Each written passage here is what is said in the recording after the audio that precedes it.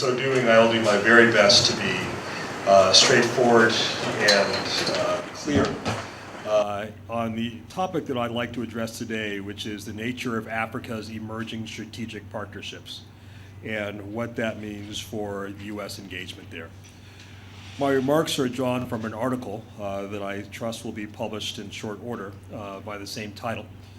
And it's meant to think about how Africa is changing and why the United States must take notice of those changes, both for its own interests and also for that of the continent. I will speak as briefly as I can, covering as much time space as I can in that time. Then I look forward to your questions and answers on the panel, both on this topic and anything else you'd like to talk about, reflecting the really quite dramatic changes that are happening in the world today.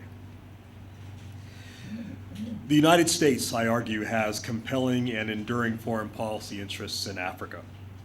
From opening new markets of trade to strengthening partnerships for counterterrorism operations, both Democratic and Republican U.S. presidential administrations over time have partnered with African governments and also with regional institutions to save African lives, to improve African economies, and to stop African wars.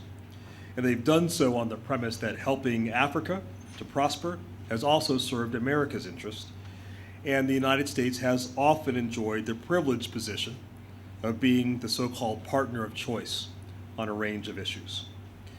But as the continent evolves and as new actors emerge, I argue that the United States is losing its status as a partner of choice on a wide variety of matters, and that indeed it is vitally important in this first quarter of the 21st century to take a new look at the nature of Africa's emerging partnerships. A number of things have characterized the nature of U.S. engagement to the continent over the years.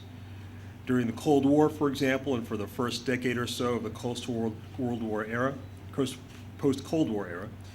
the United States adopted an approach of a so-called anchor state approach to engagement with the continent, meaning emphasizing bilateral relations with countries that were believed to be key influencers to their entire regions, countries like Nigeria, the DRC, Ethiopia, Uganda, and South Africa. And while there have been firms that have been involved in a variety of extractive industries, and those firms tended to dominate U.S. economic engagement in Africa, that was at a time when official development assistance tended to be larger than American private sector assistance on the continent. But that is changing. As we all know, for some years now, private sector engagement has outstripped official development assistance in Africa. And while Africa's engagement with non-African partners beyond the United States, formally in decades prior, tended to be dominated by former colonial powers like Britain and France, we also know, as has been noted, that there have been a number of other actors that are beginning to emerge, China being chief amongst them, but certainly not being limited. The development of the sorts of changes that are happening on the continent has been marked by, I would argue, 4 different factors. The first factor has been the growth of many of Africa's economies. In May 2000, The Economist magazine labeled Africa, quote, the hopeless continent. By 2011, it had changed its assessment and proclaimed what was the hopeless continent to, quote, Africa rising. The surprising increase in African economic growth began to change the image of the continent from one in which conflict and disease were rife and in need of outside assistance to one where business could be done and profits could be made. The second major development, changing the way in which many are looking at Africa, has been the increase and diversification in actors engaging in commerce on the continent. As I mentioned, China is chief amongst these external actors. And by 2016, China had become the largest trading partner of Africa, the largest foreign job creator in Africa, and the leading source of foreign direct investment dollars into the continent. However, despite the fact that Chinese companies are involved in building seaports in Djibouti and airports in Togo, textile factories in South Africa, and car factories in Ethiopia, they are not the only non-African and non-traditional colonial power engaging on the continent. Turkey is another example.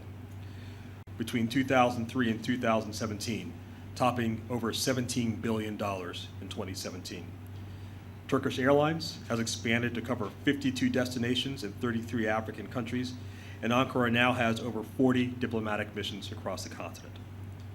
India, similarly, has dramatically expanded its economic engagement on the continent. Indian African trade has mushroomed from $5.3 billion in 2001 to over $70 billion in 2013. And both in the case of India and Turkey, these are not simply the results of decisions by individual private sector actors, but rather the deliberate decisions of the sovereign states of Turkey and India to help improve and grow their engagements on the continent. The third major trend has been the maturing of African regional and continental institutions, and in particular, the African Union.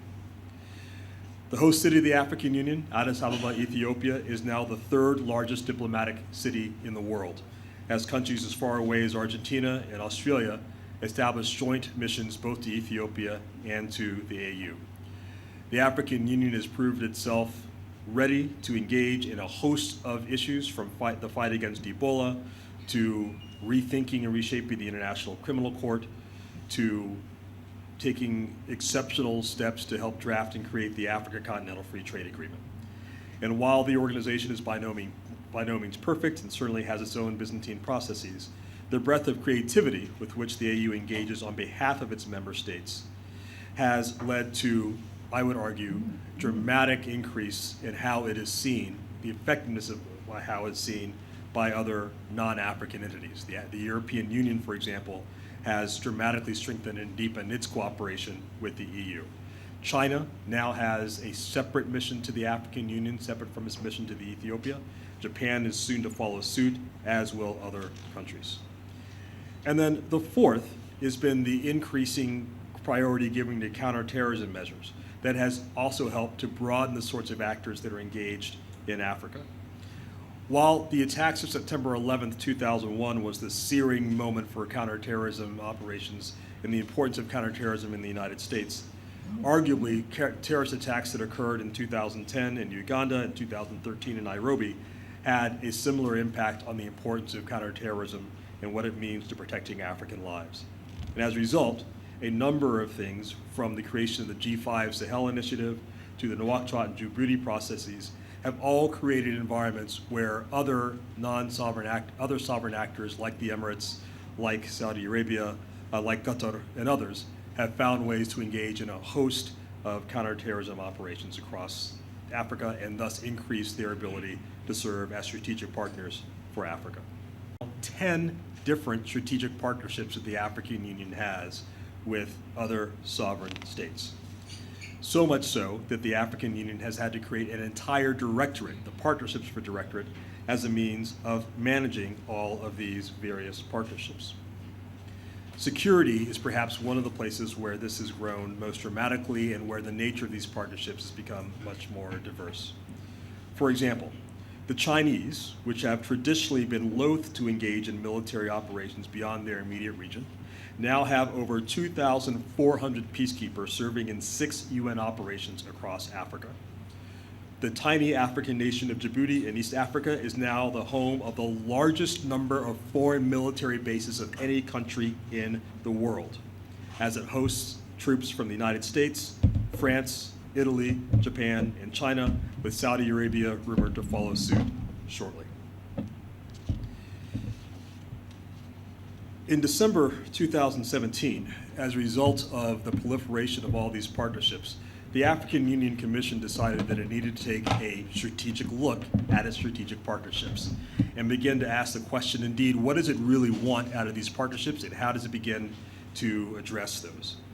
So in December of 2017, the African Union Commission held a retreat in Cairo to evaluate the data and prepare recommendations for the Assembly of Heads of State of the African Union to determine which of these partnerships should be supported, which should be ended, and which proposed partnerships should be started, and which should be declined.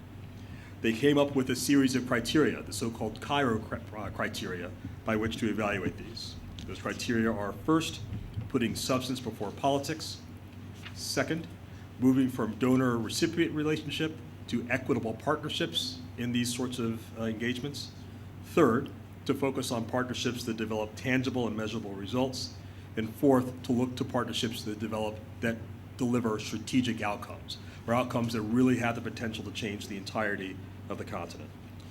The Assembly of Heads of State will receive the results of the Cairo retreat at their semi-annual Heads of State Summit in Mauritania in July of this year, during which they are expected to take decisions about the future of the African Union's external partnerships.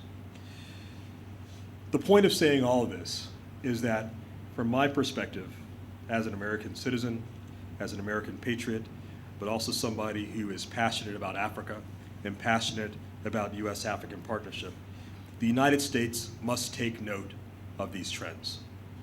It must take note of the fact that Africa is changing. It is changing quite dramatically, that other actors are keen to see this engagement, and that Africans are not waiting for the United States to decide how and when they want to engage. It is thus vitally important that the United States change its approach with some degree of rapidity.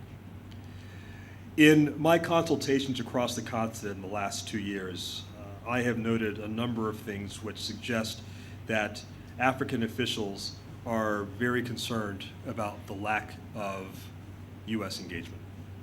The first, and they cite a series of things to demonstrate their point of view. The first is they note that as we stand here today, on June 12th, 2018, no Assistant Secretary of State for African Affairs is yet to be appointed by the Trump administration. They have, finally, nominated a distinguished former U.S. ambassador, Ambassador Tibor Nagy, who I understand will have his confirmation hearing this week before the United States Senate, and should all go well, hopefully will be confirmed in relatively short order. But that still leaves nearly 2 years into the Trump presidency, where President Trump has not designated a senior government official for the purpose of coordinating Africa policy and engaging with senior African leaders.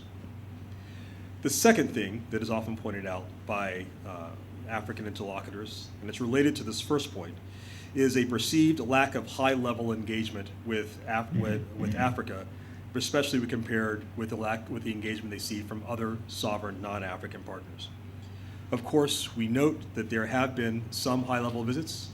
USAID Administrator Mark Green, for example, visited Sudan in August 2017. U.S. Ambassador to the UN, Ambassador Nikki Haley, visited Ethiopia, South Sudan, and the DRC just 1 month prior, or just 2 months later in October 2017.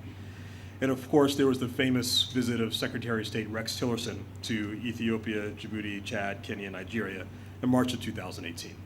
However, this latter visit, meant to be something of a demonstration of how important Africa is to the Trump administration, turned out to be anything but, when Secretary Tillerson was fired before that visit even concluded, thus leading many Africans to wonder what exactly the United States thinks about Africa, and in fact, taking that the fact that Secretary Tillerson was fired, as frankly the best evidence of the Trump administration's attitude towards Africa, generally speaking. All while this has been happening, other countries have been engaging quite robustly.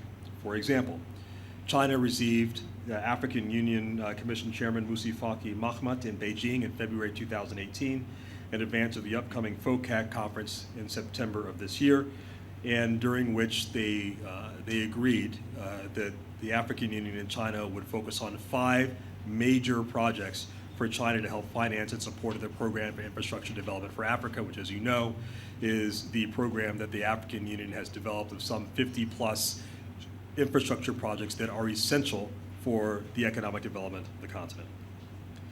The third major issue that African political elites tend to cite is that the priorities for Africa are not sufficiently aligned with the partnership priorities of the United States. Agenda 2063 is the continent's plan for its development through the middle of the 21st century. More importantly, it is a document with high political salience that is routinely cited by African officials in policy discussions at the continental, regional, and national levels. Yet the United States has not meaningfully adjusted its development assistance, its political engagement, or its diplomatic strategy to take into account the importance of Agenda 2063 to Africa and its relevance to African partnerships. The same might also be said for the Silencing the Gun initiatives, which is an initiative to help stop Africa's wars by 2020, which is something that is rarely, if ever, mentioned by senior U.S. officials in terms of their engagement. And as one senior African official told me privately, quote, "The Americans are in Africa not for us, but for themselves." The final issue, which must be said to address the elephant in the room, was President Trump's vile 2018 insult of Africa, of all African states, in the most vile terms. It's an insult that continues to rankle in many African countries and many African capitals. It was only, in fact, the last-minute letter from President Trump to the Assembly of the Heads of State in January 2018 that prevented the entire African Union from recalling all of their ambassadors from Washington in protest. Let me begin to conclude by saying this, and I say this with all sincerity.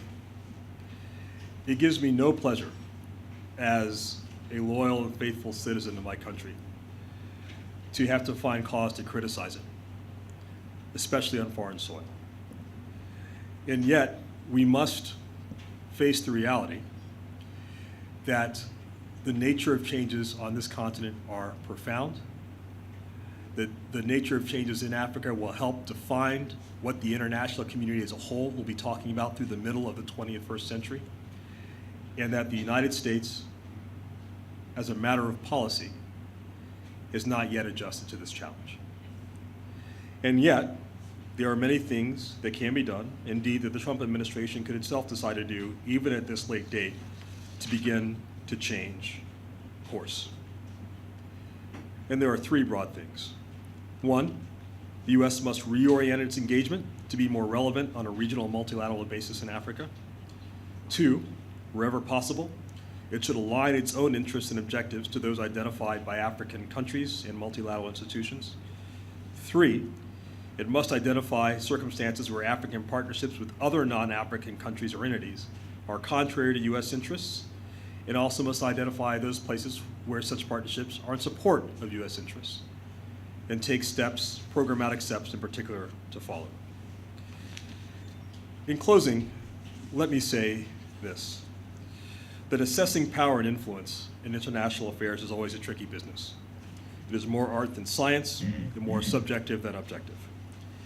Nevertheless, one can reasonably argue that the United States is rapidly losing political influence in Africa, both bilaterally and multilaterally. This is not only because of a perceived drift in U.S. policy towards Africa, but also because other actors are increasing their engagement in ways that both advance their own interests and that support African governments and organizations. Africa is not standing still while the United States government contemplates how it should engage. The gains that other partners are making will eventually constrain the options available to the United States to play a decisive role in developments in Africa in a manner that supports its own interests as well as the priorities of African countries. The United States must act strategically and swiftly to adjust its approach to a changing continent. Other countries are already doing so, and America must not be left behind. Ladies and gentlemen, thank you for your attention. I look forward to your questions.